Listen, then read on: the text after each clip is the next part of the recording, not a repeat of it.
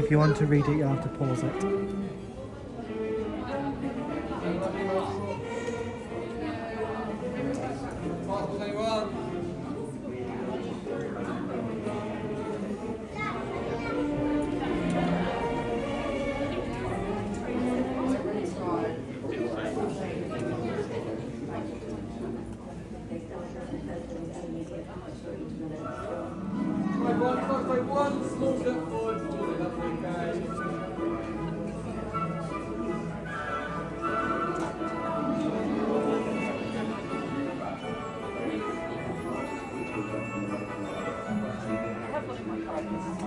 I don't know about we can't film, so I'm going to turn this off shortly.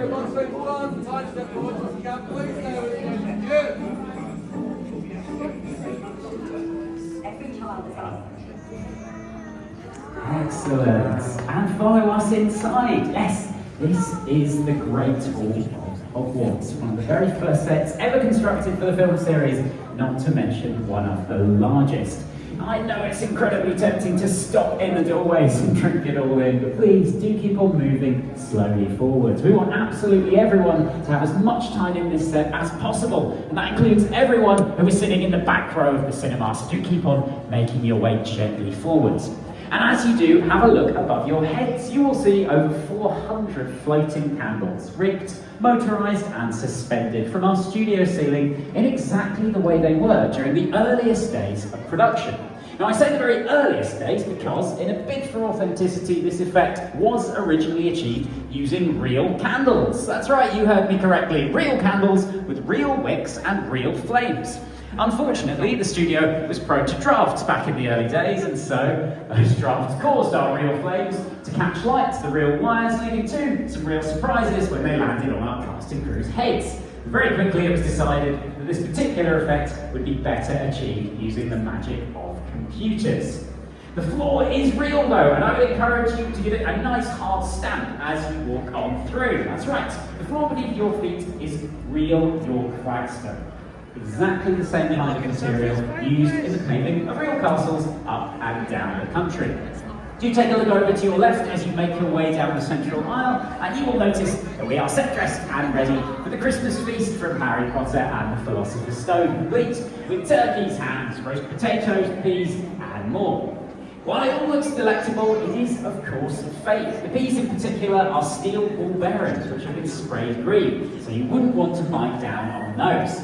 But if you're anything like me, you're even more tempted by the array of festive puddings on display over here on the right. We have Christmas cakes, complete with Hogwarts-themed snowmen, we have oranges, and of course it wouldn't be Christmas without the puddings. Now I do have a special effect I can show you in relation to those puddings. Would anyone like to see something be set on fire? Yes, one gentleman down there, good. We're doing it just for you, sir. So do come up to the barriers and have a look at our puddings. In order to set them on fire, we tasked our special effects team with constructing an effect which could be repeated at a moment's notice over and over again with no visible damage to the pudding themselves. A tall order, but one that they delivered brilliantly. So, without further ado, let's see how it works in 3, 2, 1, and action. There we go. The puddings themselves are made of concrete to help them withstand the high temperatures, and the holly on top is made of steel. Incredible, but sadly inedible. Alright, so just like Harry, Ron and Hermione did all those years ago, you have now walked through the original Great Hall doors, up the central aisle, and you've made your way towards the teacher's table, where you can see that we are joined for the holiday season by Professors Dumbledore, Snape, Flitwick and McGonagall. You might spot that Professor Flitwick is busily engaged in levitating the final Christmas decoration onto the tree at the back of the hall. And this effect was achieved on set through the very old school method of a fishing rod and some thin tungsten wire, which is just how we've replicated it for you on set today. Alright, that is almost everything from me, but I just have a couple more tips before you go. If you happen to have one of our studio tour passports, then be on the lookout for the stamping locations. They're located next to some of our biggest sets, and you shouldn't have too much trouble finding those.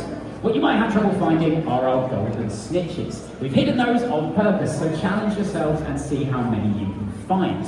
I'll give you a hint though, the first one is hanging in the doorway right over there, just above the arch. And if you're on one of our City Wonders tours, your lovely guides, Stevie and Alex, are waiting for you at the back of the hall. So do feel free to go over and join them once you've finished exploring. But that really is everything from me. Your tour continues when you're ready, just around the corner, where you are free to explore and go behind the scenes of the most magical film series in the world. Non smette di fare le foto con sto telefono. Ma è bello di Natale.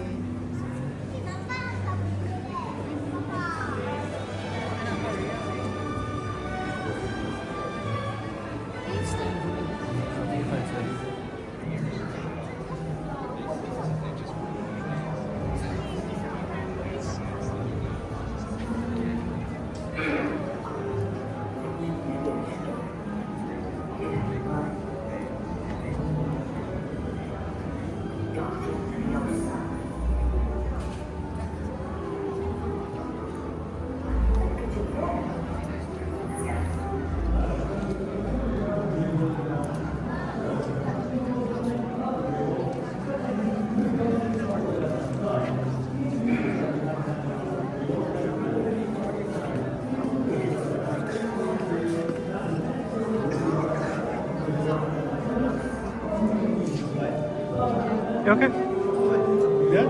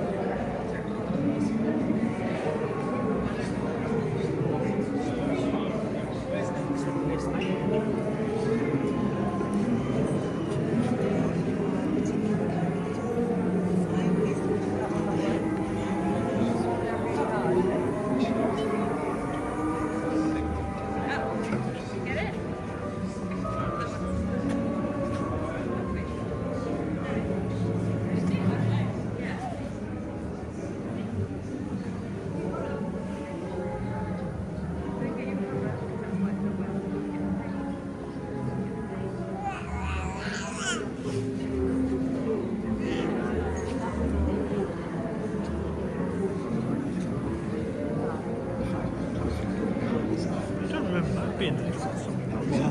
Oh, that was him.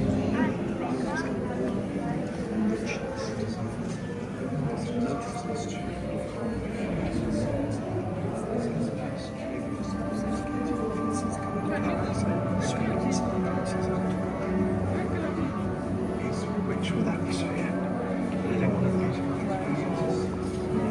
just connected to every single book, every single report, every read. It's amazing.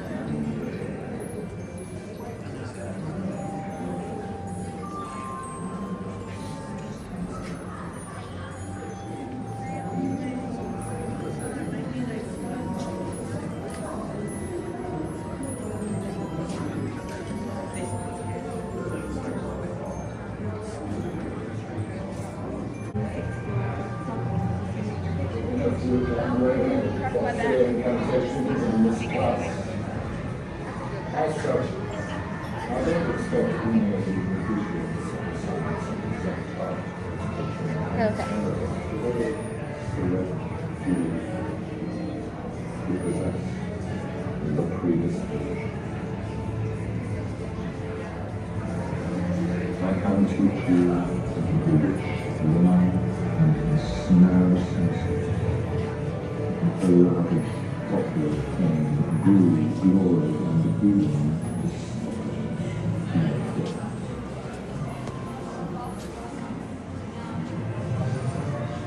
then again, maybe some of it have come to Hogwarts in possession of ability so to not pay attention.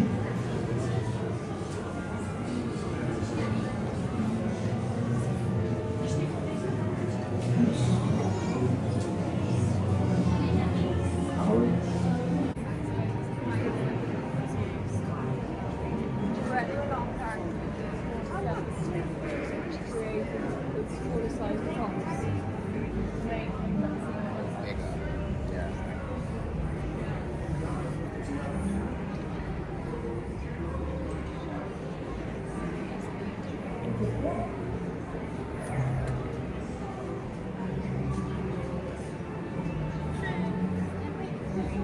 Warner Brothers Studio Tour London, the making of Harry Potter.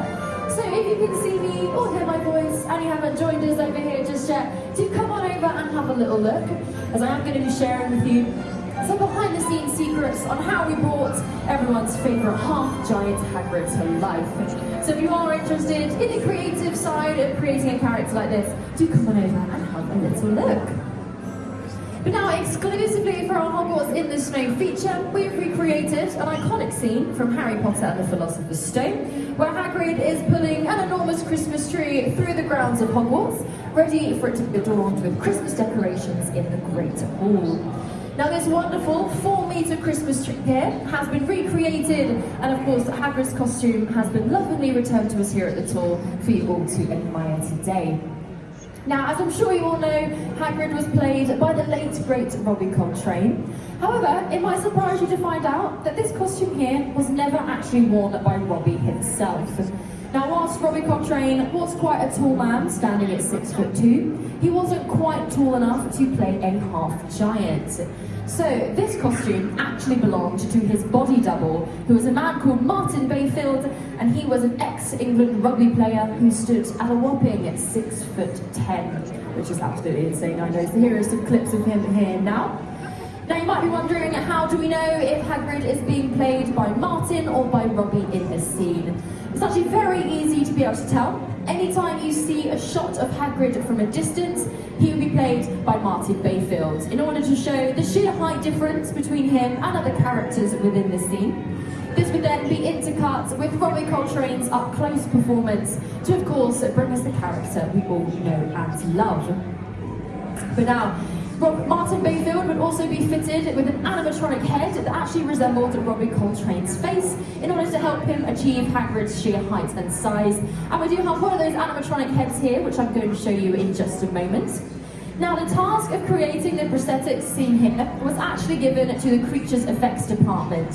So what they would do is build a mould of Martin Bayfield's face. They would then build a silicone skin around that mould, and then of course animatronic designer Joe Scott would go in and add all the sensors and motors to the face.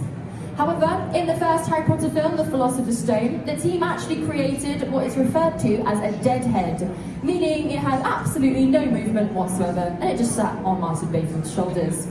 However, it did progress throughout the series, and by the time we get to Prisoner of Azkaban, director Alfonso Cuarón really wanted to bring a lot more animation to Hagrid's face, which we then see for the remainder of the Harry Potter films. Now this one we have here is a little bit of an in-between stage of the deadhead and the full animatronic, but it does move a little bit, which I am going to show you just now. So if you want to turn your attention to Hagrid, and on the screen he's going to appear, and he's going to wake up any second. Rise and shine, Hagrid, there we go. So as you can see, he has a bit of a limited range of movement. He can blink his eyes, move his eyebrows a little bit, and very subtly move his mouth. But whilst we admire this wonderful animatronic, let's just remind ourselves of some iconic Hagrid quotes. I think everyone's favourite. You're a wizard, Harry. Very classic one indeed, and one of my personal favourites. Martin, Harry? You wouldn't be talking about me now, would you? There we go. So this is the exact costume and one of the heads that Martin Bayfield would have worn in the films. But now you might be thinking, that must be incredibly hot and stuffy to wear. And you would be absolutely correct. However, the Creatures Effects team were way ahead of the game with this one, and they actually added a cooling system inside of his costume. So he had little tubes that ran throughout all of the costume, and they would pump cold water through those pipes to keep him nice and cool, and even added little fans inside of the animatronic head to keep him nice and comfortable, whilst filming very long hours under hot studio lights on set, so he was all good. There we go. So do be sure to stop off in our Creatures Effects workshop later on in your tour though, where you can see the other animatronic head, which does have its full range of movement as well, so be sure to check that out. But thank you all very much for listening. I hope you enjoyed learning a little bit about how he brought Hagrid to life in the films. You can also go to a very cool photo opportunity just around the corner at Hagrid's table, where you can learn a little bit about forced perspective camera angles as well, which is another technique we use to achieve Hagrid and showing his height difference between different characters as well. But thank you all very much for listening, and I hope you have a wonderful day here at our Hogwarts in the Snow feature. Thank you very much. This is so they could superimpose the streets of London whizzing past at night in post-production. Can you say your name once again? I didn't. But what about you? The leaky culprit. That's enough. You hear that, her?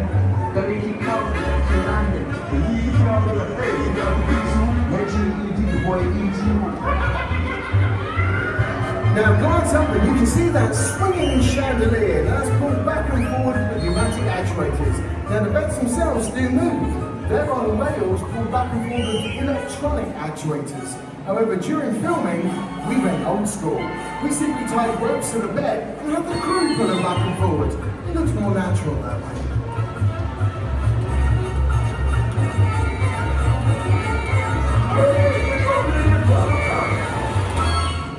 Here we have the iconic moment with the little old lady crossing the street. Keep an eye out for her, and let's have a countdown. 10, 9, 8, 7, 6, 5, 4, 3, 3.5, 2, 1 3/4.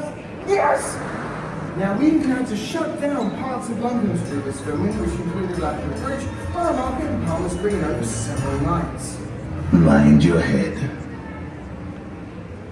Hey guys, why the long faces? Now we even had to have a crane on permanent standby because the bus itself was too tall to go underneath the bridges in London. So what we did is we actually removed the top of the deck, drove the bus underneath, put the top back on, and set it on its way. The leaky culprit. And here we've reached our final destination. Now as you make your way around the corner, you're going to come across that Defence Against the Dark Arts classroom where you can battle a Death Eater, and then when you reach the outside area, step into the original night bus. It's still out there. In the meantime, thank you very much for listening, and enjoy the rest of your day.